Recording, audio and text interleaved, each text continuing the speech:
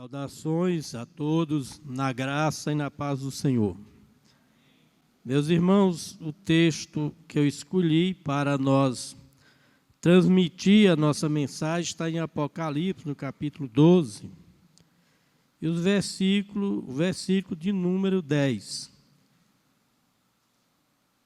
E ouvi uma grande voz no céu que dizia: agora chegada está a salvação e a força e o poder do nosso Deus, e o reino do nosso Deus, e o poder do seu Cristo, porque ele derrubou, porque já o acusador de nossos irmãos e dentre nós, o qual, diante de Deus, de nosso Deus, nos acusava de dia e de noite. Esse texto diz que ouviu uma grande voz. Podeis assentar, irmãos. Que o grande acusador, que nos acusava, todos nós, em todos os tempos, ele tinha sido derrubado. E o que a palavra diz aqui, meus irmãos, é que nós fazemos parte desse reino, eu e você. Aqui o texto fala do reino de Cristo, do nosso Deus. E Jesus, quando veio, ele inaugurou esse reino dizendo: o reino de Deus é chegado dentre vós, e ele já está em vocês, quer dizer, no coração. Somos príncipes e princesas do reino de Deus. Não somos ninguém menos do que isso. Não baixe a cabeça para ninguém quando quiserem te humilhar, porque tu é uma princesa e nós somos príncipes desse reino.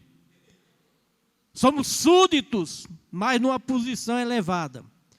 E todo reino tem uma moeda, tem um valor.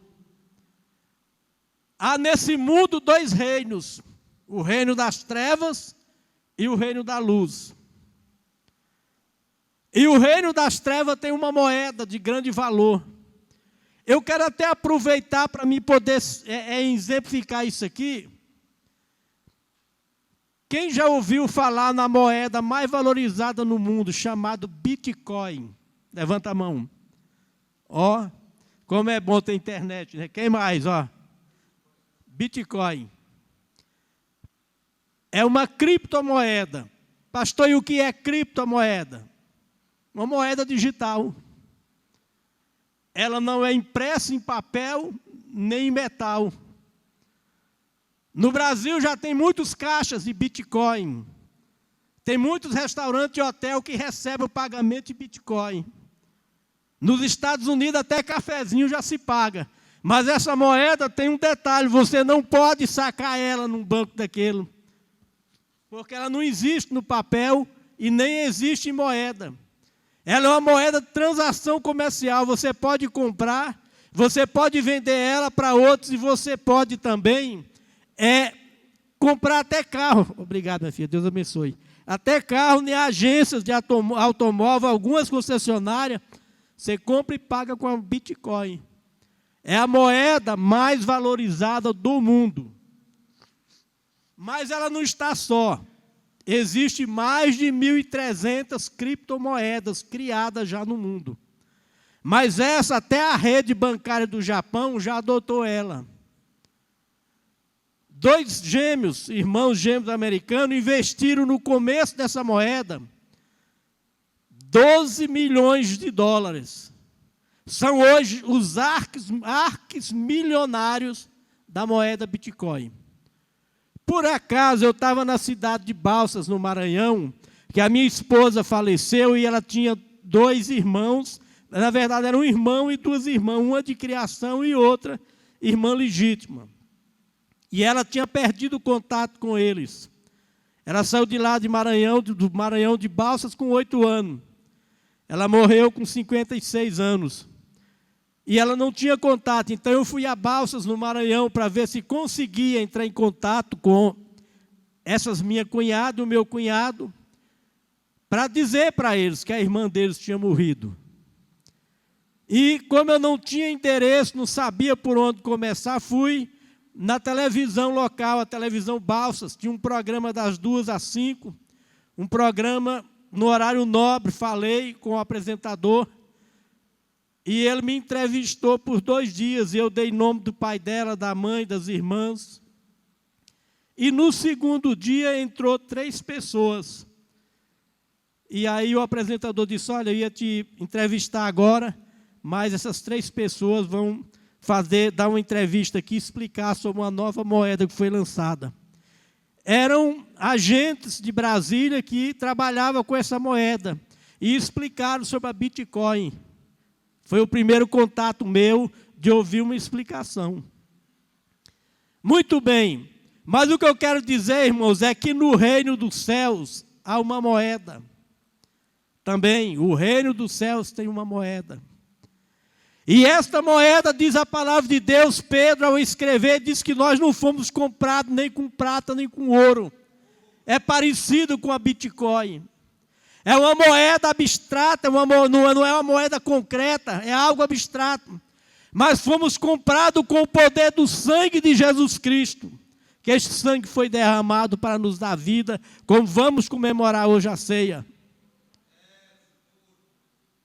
E esta moeda, ela é de um valor incalculável. Diz a Bíblia que a salvação, ainda que o homem vendesse a sua fazenda e todos os seus bens, ele não conseguiria resgatar o seu irmão, diz a palavra de Deus.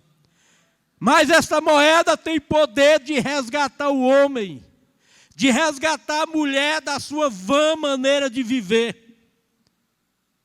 O inimigo também, o príncipe do reino das trevas, tem outra moeda também. E a moeda dele é muito apreciada e muito usada, muito mais do que esta que acabamos de falar, que é o sangue de Jesus. A moeda dele, ela tem um nome em grego, que os teólogos aqui conhecem o nome. É amarteu. Quem já estudou a matéria, se ainda não chegou lá, a marteologia, que é a doutrina do pecado. Está aí professores aqui. A moeda do diabo chama-se amarteu em grego, é o pecado. E com esta moeda ele tem comprado muitos. Ele tem comprado muitos porque é uma moeda fácil de usar. É uma moeda que dá ao homem e à mulher liberdade para fazer o que quiser.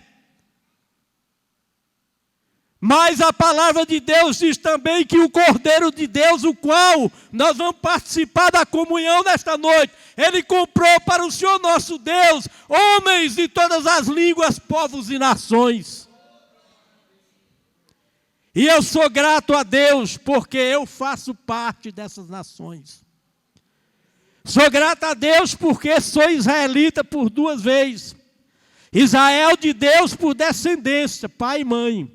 E sou Israel de Deus pela fé, porque criei em Jesus Cristo como Salvador. E isso é que é maior. Não vale nada ser Israel se não tiver Deus na vida, não tiver Jesus como Salvador. Se vocês não sabem, existe um grupo de judeus cabalistas. Sabe o que quer dizer isso? Macumbeiros. Tem a Cabala. Israel tem a Torá. Israel tem o Talmud também. Mas tem a Cabala, que é um outro livro que eles usam para macumbaria, judeus macumbeiros.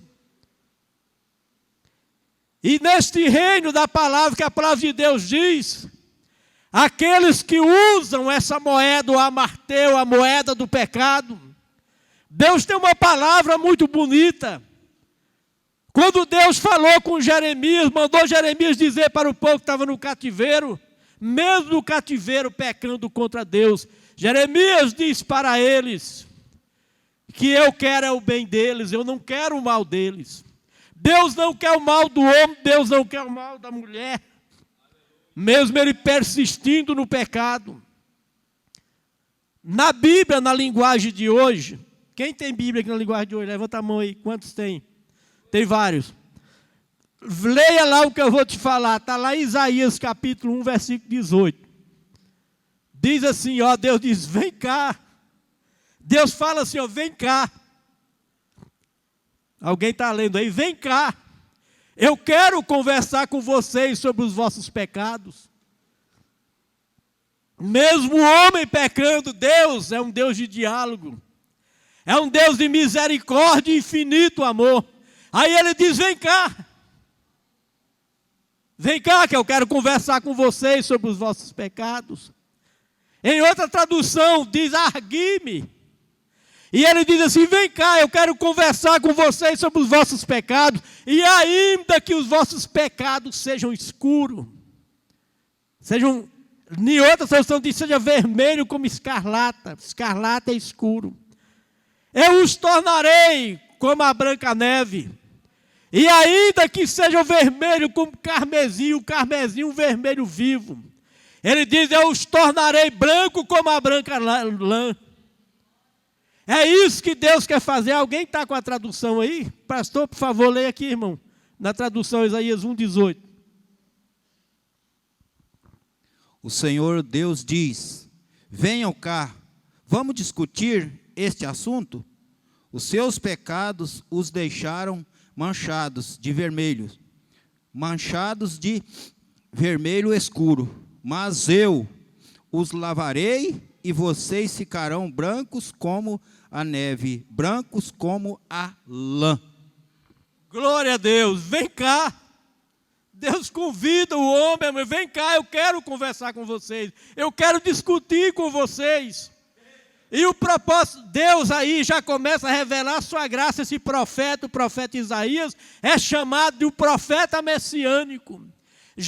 Deus começa a usar a sua graça, dizer, vem aqui, eu não quero condenar vocês pelos vossos pecados, eu quero discutir com vocês, e eu quero os tornar mais branco do que a neve, mais branco do que a branca lã. O pecado tem várias faces, meus irmãos. O pecado tem vários aspectos. Tem o pecado ali, nós vimos que ele é vermelho. Deus os vê como vermelho. Mas também tem o pecado que Deus vê como treva. A Bíblia diz que tem esse pecado em trevas, para mim, é a pior forma de pecado. É aquele que está vivendo em pecado, escondido, debaixo de 7 panos, atrás de 7 portas, e acha que ninguém descobrirá. Mas Deus sabe, Deus vê, é o pecado das trevas, é chamado com treva. Mas a palavra de Deus tem promessa. Jesus disse que Jesus Cristo nos tirou, nos transportou do reino das trevas, do pecado das trevas, para o reino da luz, do Filho do seu amor. Mesmo aquele que está vivendo nesse tipo de pecado, nesse aspecto de pecado, o pecado de trevas, ninguém sabe, ninguém vê. Mas Deus sabe, está vivendo uma vida totalmente secreta. É como o caso daquela mulher lá do poço de Jacó. Aquela mulher, pelo que o texto diz, ela tinha uma vida de promiscuidade. Teve 5 maridos. E o que ela tinha agora não era dela também. Mas foi ela encontrar com Jesus, encontrar com a palavra de Deus, e a vida dela mudou, porque a palavra de Deus, diz a própria palavra de Deus, era como uma espada de 2 gumes, ela penetra até a divisão da alma e do espírito, trazendo discernimento.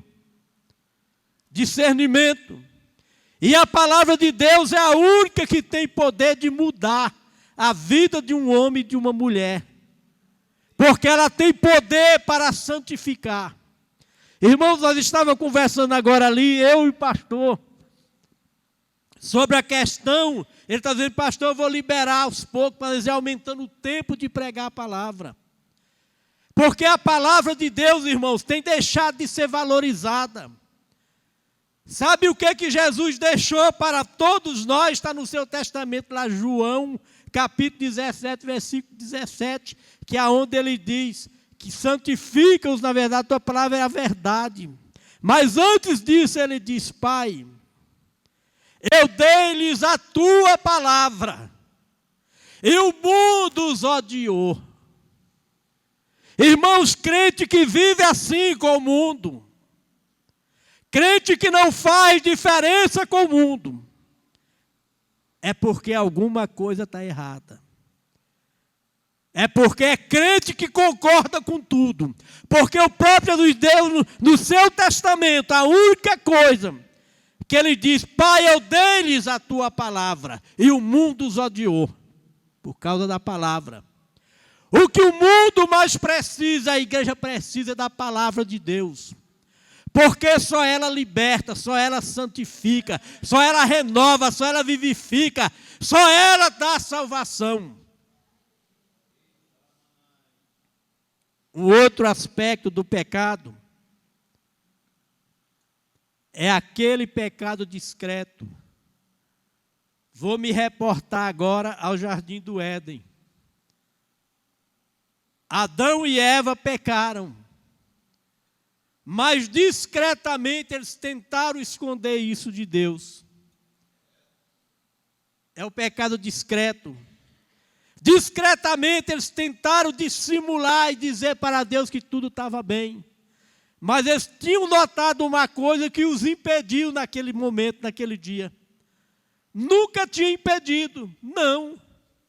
Porque Deus criou eles santos, era um casal santo.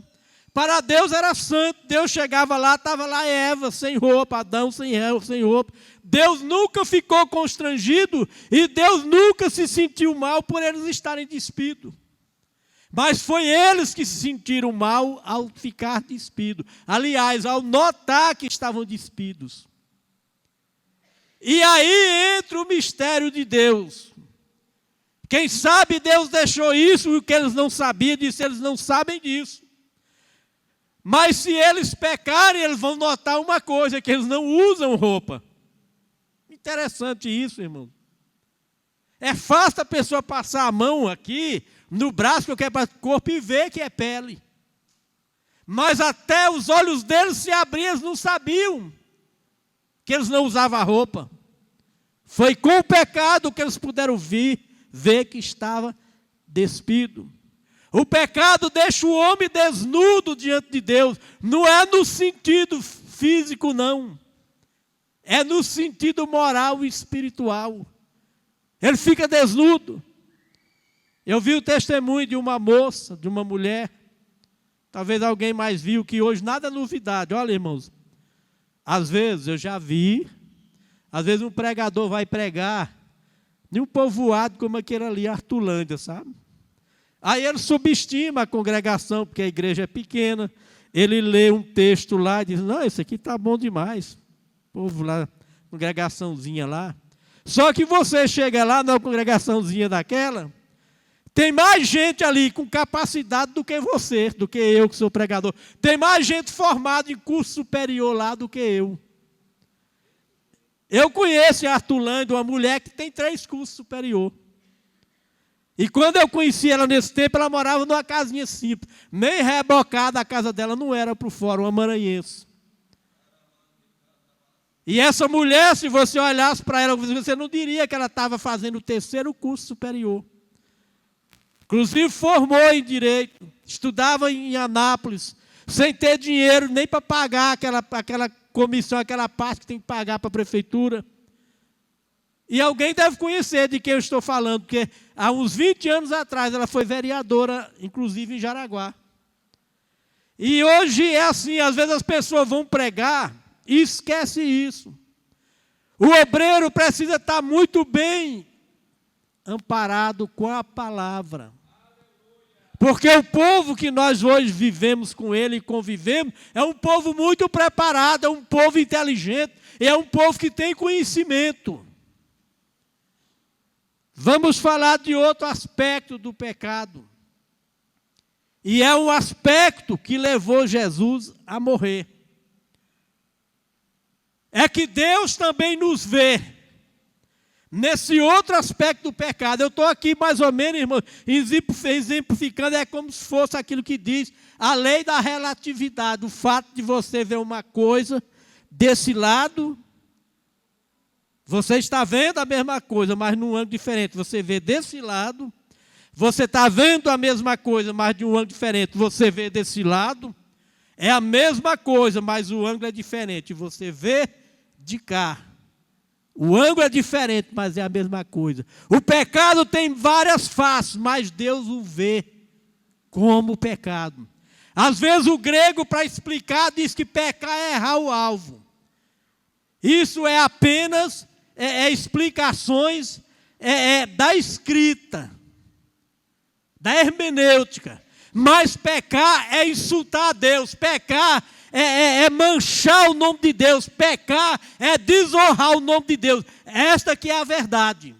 Só o fato de explicar que pecar é errar o alvo, que era baseado em uma flecha que se atirava e ela não acertava o alvo, isso é muito pouco. Pecar, meus irmãos, é atingir a santidade de Deus.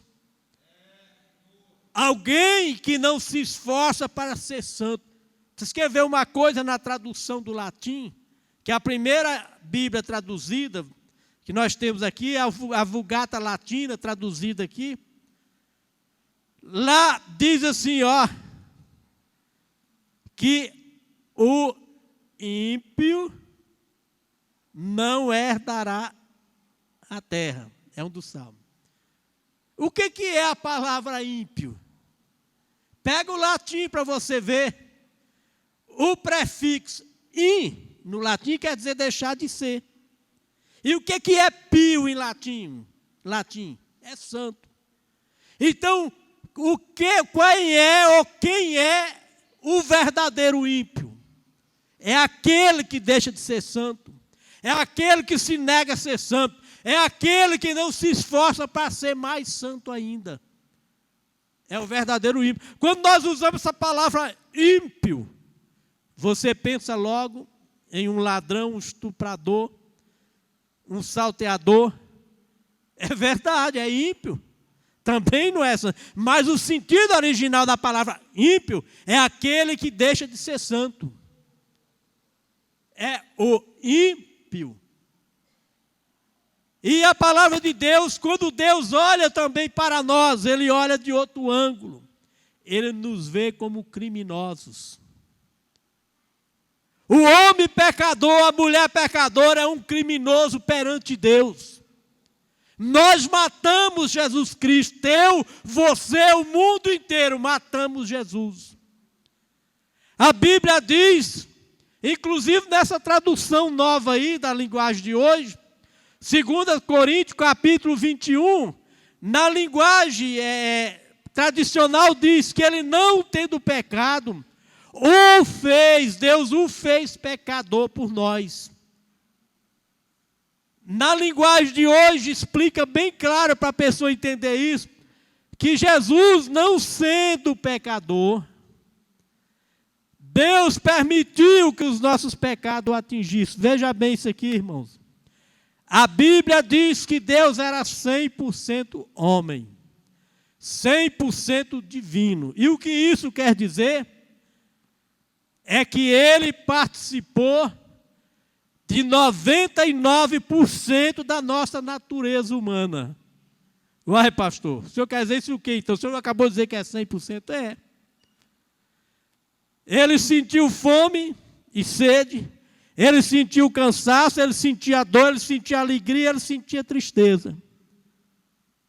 Mas só tinha uma coisa que Jesus não fazia parte. Ele não faz parte da natureza pecaminosa do homem, porque ele não foi gerado na genética humana. O anjo disse, está lá em Lucas, o que nele vai ser gerado é pelo Espírito Santo. Se quem gerou ele foi o Espírito Santo, essa natureza pecaminosa não existia em Jesus. O que eu quero dizer com isso? Digo e provo à luz da palavra de Deus. Que Jesus não tinha o mesmo desejo pecaminoso que eu tenho ou você tem. Jesus não tinha Ele não poderia olhar para uma mulher e desejar ela como o homem pecador deseja. Ele não poderia olhar para uma mulher e cobiçá-la como o homem pecador pode fazer, porque ele não fazia parte da natureza pecaminosa do homem. Ele é chamado por Paulo como o segundo Adão. E quem era o primeiro Adão? Um homem santo. Um homem que não tinha pecado, ele só veio a pecar depois de comer o fruto. Então, o que a barriga da mãe dele serviu de quê? Serviu de como tem e agora as gravidez in vitro, barriga de aluguel. O próprio Davi, ao explicar a natureza do pecado, ele diz assim, Salmo 51, e o versículo 4 e 5 diz: porque em iniquidade fui formado e em pecado me concebeu minha mãe. Só a genética humana pode transmitir a natureza pecaminosa para o homem. O Espírito Santo transmite a natureza de santidade.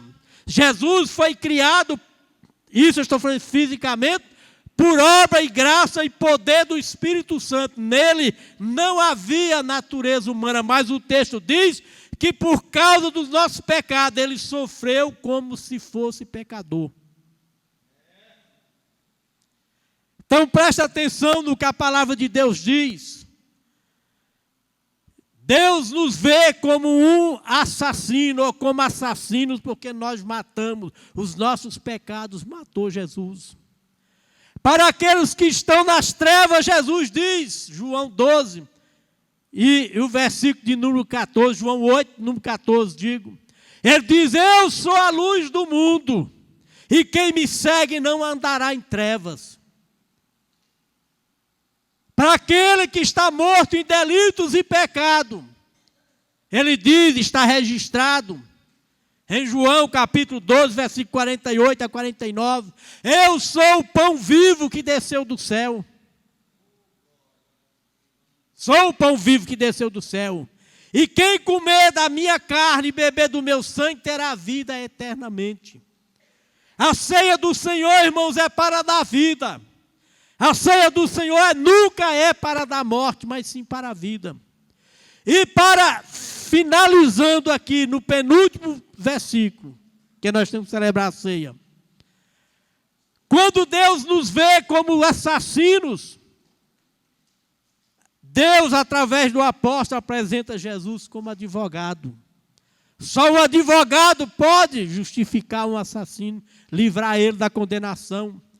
E aí João diz, está lá em João, na primeira epístola de João, ou é na segunda, capítulo 2, versículo 1, diz assim, filhinhos, não pequeis, mas se alguém pecar, temos um advogado nos céus, Jesus Cristo justo, qual é a propiciação pelos nossos pecados, não só nossos, mas de todo mundo que aceitar. E a Bíblia diz que aqueles que estão em trevas, em pecado, o próprio João escreve, que se andarmos na luz, a luz é Jesus, a luz é a sua palavra, e se vivermos na luz, como ele na luz está, o sangue de Jesus Cristo, seu Filho, nos purifica de todo o pecado. Somos salvos, meus irmãos, para ir para o céu.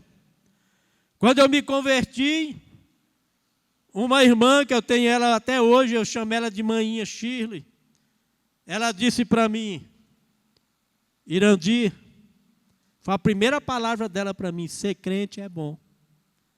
Mas é ser crente para ir para o céu. Eu concordo, meu irmão. Não somos crentes para ir para o inferno, do que adianta? Somos crentes para ir para o céu. E se precisarmos fazer um conserto, nós fazemos. Eu quero explicar algo aqui sobre a ceia do Senhor. Muitas explicações vocês já ouviram. Mas eu também já vi pregador que exagera com respeito a esse memorial. Veja bem, primeira coisa eu digo que o pão e o vinho é um memorial. Primeira coisa que tem que colocar na cabeça que não é nem o sangue de Jesus, literalmente falando, nem o corpo de Jesus, é um memorial. E o que é isso, pastor? É um símbolo que aponta para o que é real. Mas muitos pregadores assustam aqueles que vão participar da ceia. Se eu perguntasse aqui, não vou perguntar para constranger ninguém. Perguntasse assim, se Jesus voltar hoje, você está preparado para ir para o céu? Muitos levantarão a mão. E se eu perguntar, e se você morrer, você acha que vai para o céu? Muitos levantarão a mão. Mas quando a pessoa chega diante do pão e do vinho, ele congela.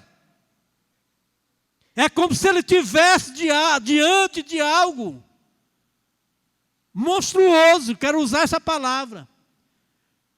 Eu quero usar aqui um exemplo para vocês entenderem o que eu quero falar. Quem sabe alguém vai entender, ou todo mundo vai entender. O Brasil tem 3 símbolos. Tem a bandeira do Brasil, é símbolo da República. E se eu perguntar para todos vocês, a bandeira é maior do que o Brasil, vocês vão dizer não. Porque ela é apenas um símbolo. O Brasil tem o hino nacional, é o símbolo da República. E se eu perguntar para vocês, o hino nacional é maior do que o Brasil, vocês vão dizer não. É só um símbolo. E tem o brasão da República. E se eu perguntasse o brasão da República é maior do que o Brasil, do que a República, vocês iam dizer não, porque é um símbolo. E é isso que eu quero que crentes que às vezes deixam de tomar a ceia, porque ficam assustados, entenda. Se você tem uma fé e você acredita que Jesus habita no teu coração, que o Espírito Santo está na tua vida, e Ele é Deus. Se você tem essa certeza, eu te pergunto, quem é maior? É o Espírito Santo? É Jesus que habita no teu coração ou é o pão e o vinho? Se alguém comparar isso e dizer os dois é igual, então é doutrina romana. Que acredita que, na verdade, o vinho é sangue e o pão é carne. Quando a Bíblia diz que é um memorial.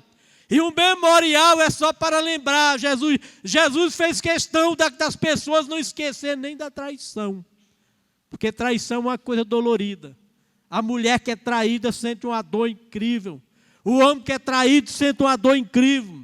O amigo que é traído sente uma dor incrível. É como uma punhalada no peito, no coração. E quando você vai ler o memorial da ceia, começa como? Na noite em que Jesus foi traído. Todas as vezes que você lê o memorial da ceia, tem que incluir essa palavra, na noite em que Jesus foi traído. Isso mostra que Jesus quer que nós nos lembremos de que a ceia não é só para lembrar que Ele morreu e ressuscitou, mas que a nossa traição, o nosso pecado matou. Na noite em que Jesus foi traído, Ele tomou o pão dizendo, isto é o meu corpo que é dado por vós. E semelhantemente tomou o vinho e disse, é o meu sangue que é dado por vós. Então, meus irmãos, é uma simbologia, é um memorial. E essa simbologia, esse memorial não é maior do que o que está aqui dentro de mim. Não. Agora, se neste momento eu creio que se Jesus vier, eu não vou para o céu, então eu não estou apto para tomar a ceia. Se neste momento eu creio que se eu deitar lá em casa mais tarde e eu morrer, eu não vou para o céu, então eu não posso tomar a ceia. Mas não deixar a ceia por qualquer motivo. Porque isso é um memorial, é uma simbologia que Deus fez questão que nós lembrássemos que Jesus foi traído e que Jesus morreu na cruz para nos dar vida e vida em abundância. E é isso que o contexto diz. Quem come desse pão e bebe desse sangue tem vida. E não entrará em condenação, não é para ser condenado.